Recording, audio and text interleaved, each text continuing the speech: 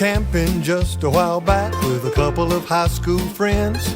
And on Sunday morning I wanted to find a church to worship in. So I packed my truck and I headed out. Then I saw it in a cloud of dust. It was the Ebenezer Fellowship, non-denominational Baptist Free Will Church. When I walked in, it was time to start, and that little church was packed.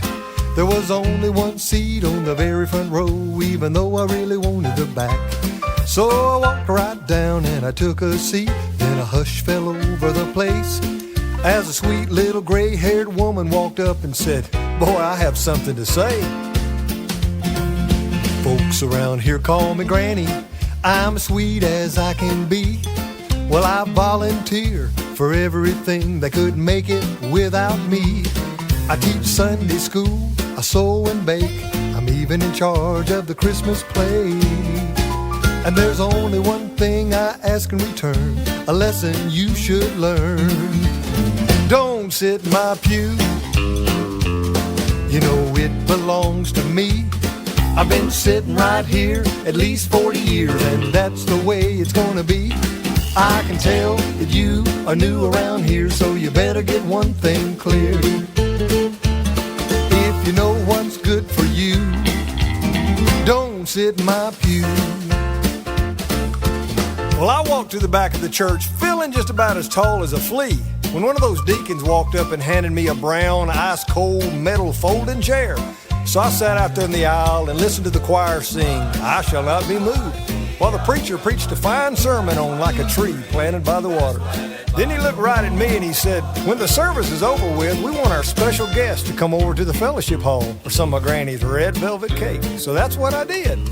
And after they said the blessing, well, I looked down and noticed that I didn't have a fork. I'd made enough commotion for one day, so I thought, well, I'll just ease in there in the kitchen and help myself. So that's what I did.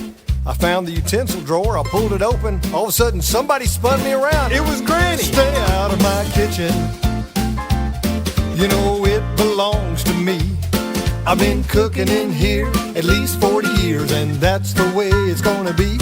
So if you need a fork, if you need a spoon, the next time stay in the other room. Boy, you better pay attention. Stay out of my kitchen." Then she reached up and kissed me on the cheek and said, "Granny sure hopes you come back next week. But if you do the next time, don't get my parking spot. Don't sing so loud. Wear a coat and tie. Come early enough for Sunday school. Stay out of my kitchen. But most of all, I can tell that you are new around here, so you better get one thing clear. If you know what's good for you, don't sit in my pew. But remember, Granny loves you."